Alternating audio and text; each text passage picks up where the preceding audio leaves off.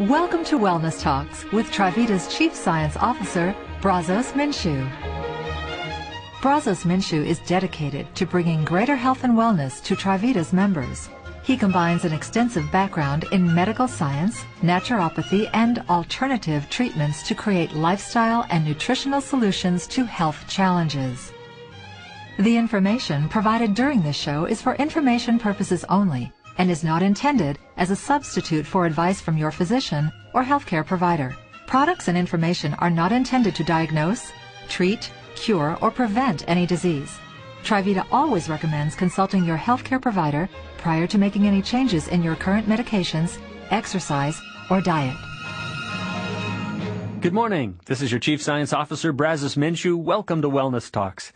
Today is number 5, the conclusion in the series of discussions that we've had about fibromyalgia, chronic fatigue syndrome, multiple chemical sensitivity, and post-traumatic stress disorder. And we want to kind of recap this, but also give you some action steps that you can take to help actually find some relief when it comes to these conditions. And the first thing to remember is that this is a conglomeration of disorders, a perfect storm, if you will, of physiological stressors going back to trauma, especially brain trauma, in the great majority of the cases, brain trauma, and then also psychological stressors and the inability for us to cope with them in a normal fashion. Instead, we cope with them through performance anxiety. Now, performance anxiety is okay the first time that you're out in front of, say, Carnegie Hall and you're playing your first concert. And by the way, the president and the queen are both in the audience. Yeah, there's a little performance anxiety with that. But individuals who actually create the seed bed that grows this tree that becomes the fibromyalgia syndrome of conditions, they actually use performance anxiety as their preferred method of dealing with things. It's an adrenaline addiction. And because they're very, very smart, they find ways of ignoring the messages, even the hate mail that their body is sending them, trying to get them to learn to listen. So they eventually end up with post-traumatic stress disorder from a hypervigilance, being turned on and not being able to be turned off. And remember, one of the characteristic sleeping disorders associated with this family of disturbances is called alpha wave intrusion, where part of your brain literally wakes up and remains awake most of the night. You know how you can tell is if you have long dreams. I mean, long, detailed dreams. Yeah, that's, if you can remember, I used to ask people, tell me about your dreams, and they'd think I wanted to do some Freudian analysis. I just wanted to see if they remembered their dreams and how detailed they were. And so if they'd say, well, pull up a chair and let me tell you about last night, and they'd give me this War and Peace, right? It's War and Peace. It's the 22-volume Encyclopedia Americana. It's the Bible. It's everything. It's all of these details.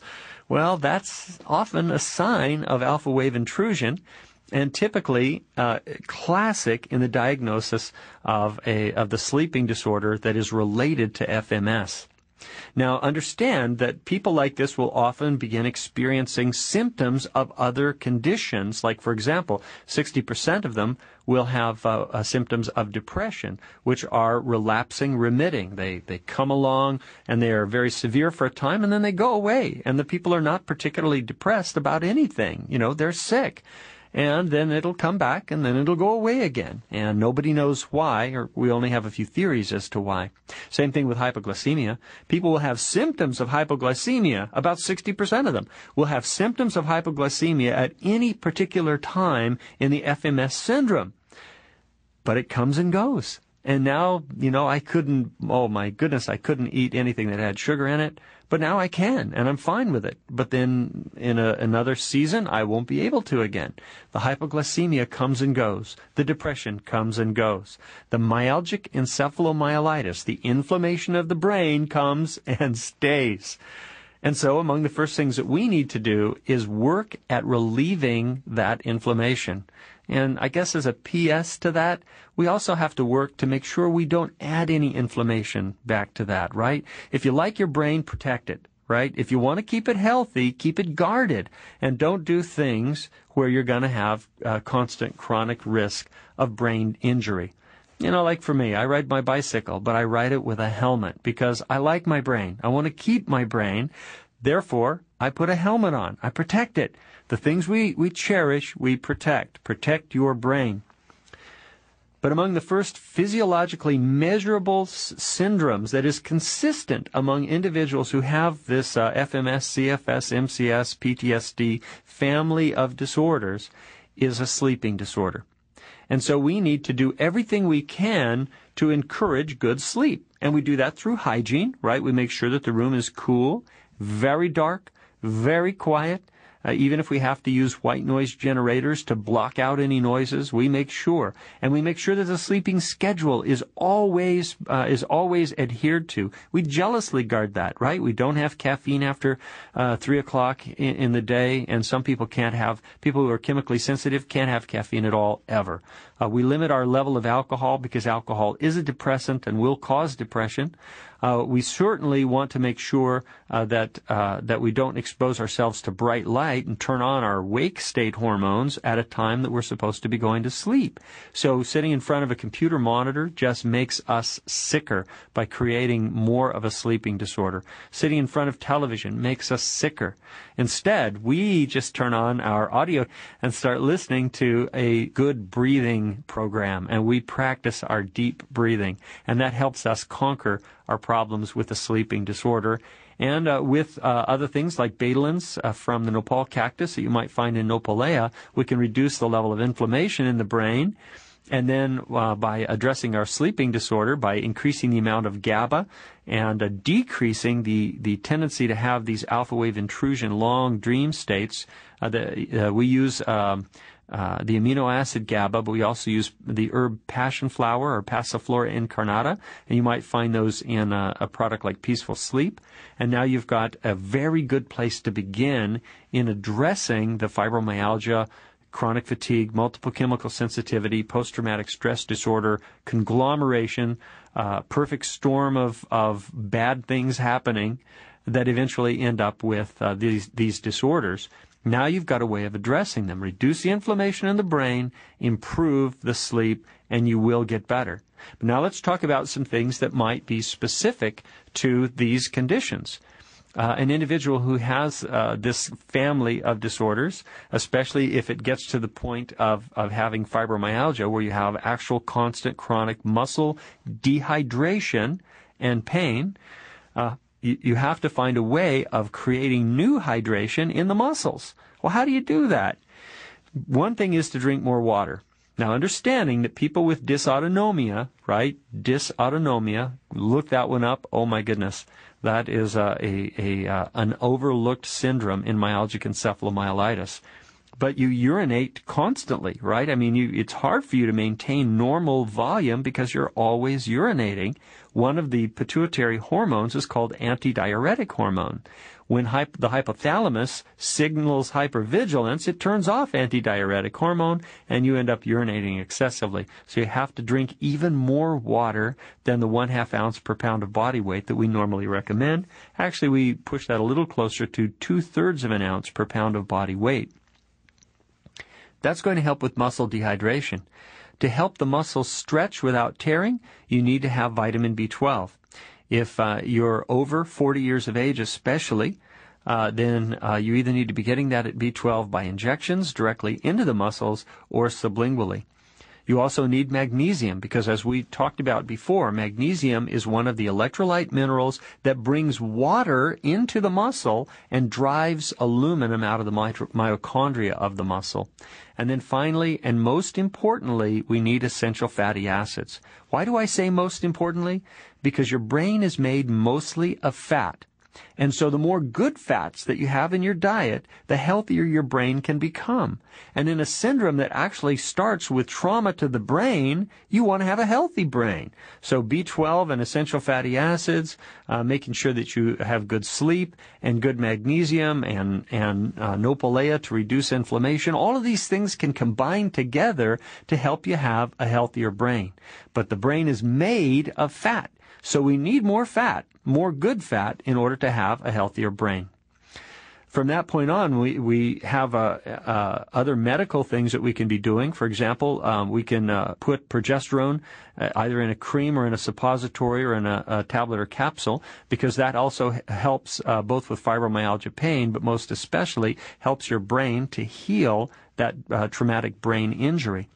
We can also balance the thyroid because in fight or flight especially, the thyroid gland is basically turned off.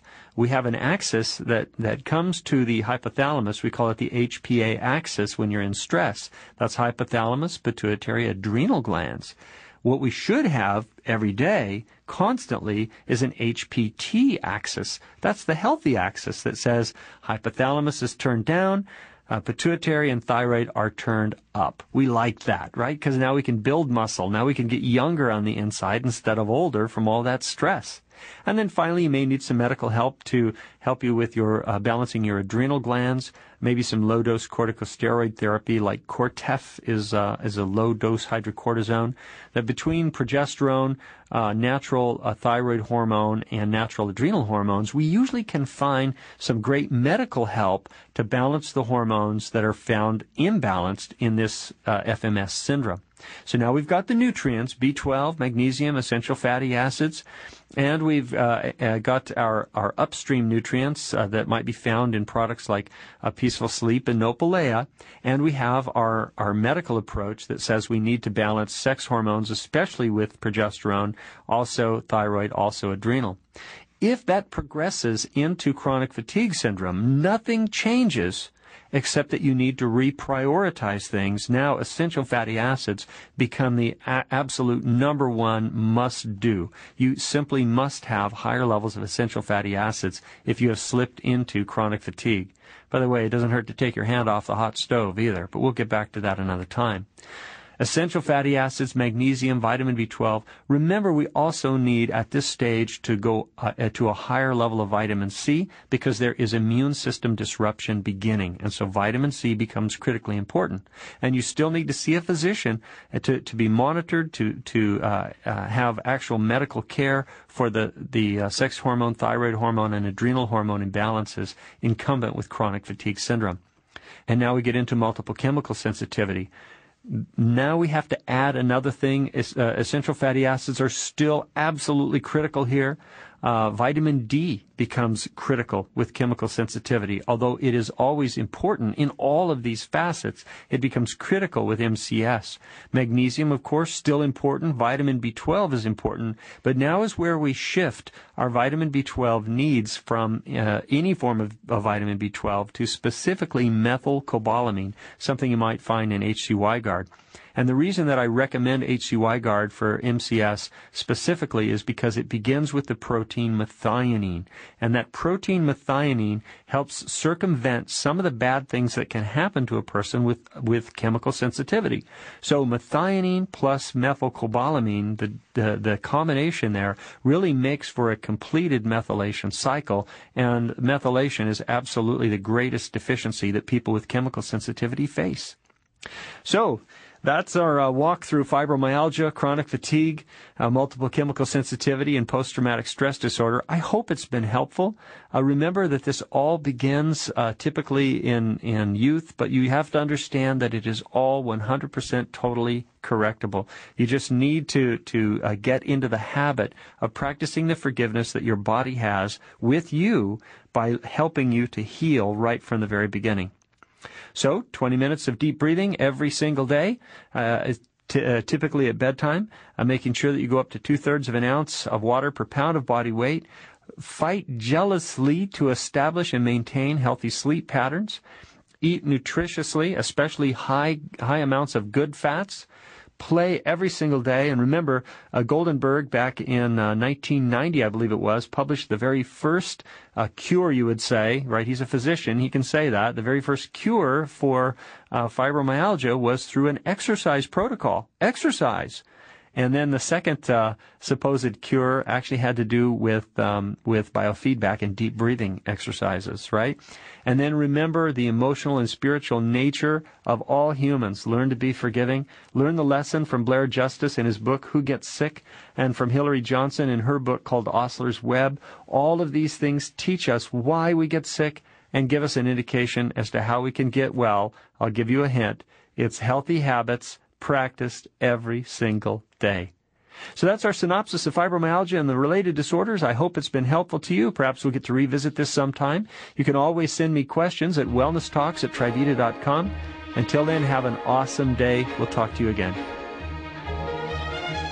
Thank you for attending Wellness Talks with Trivita's Chief Science Officer, Brazos Minshew.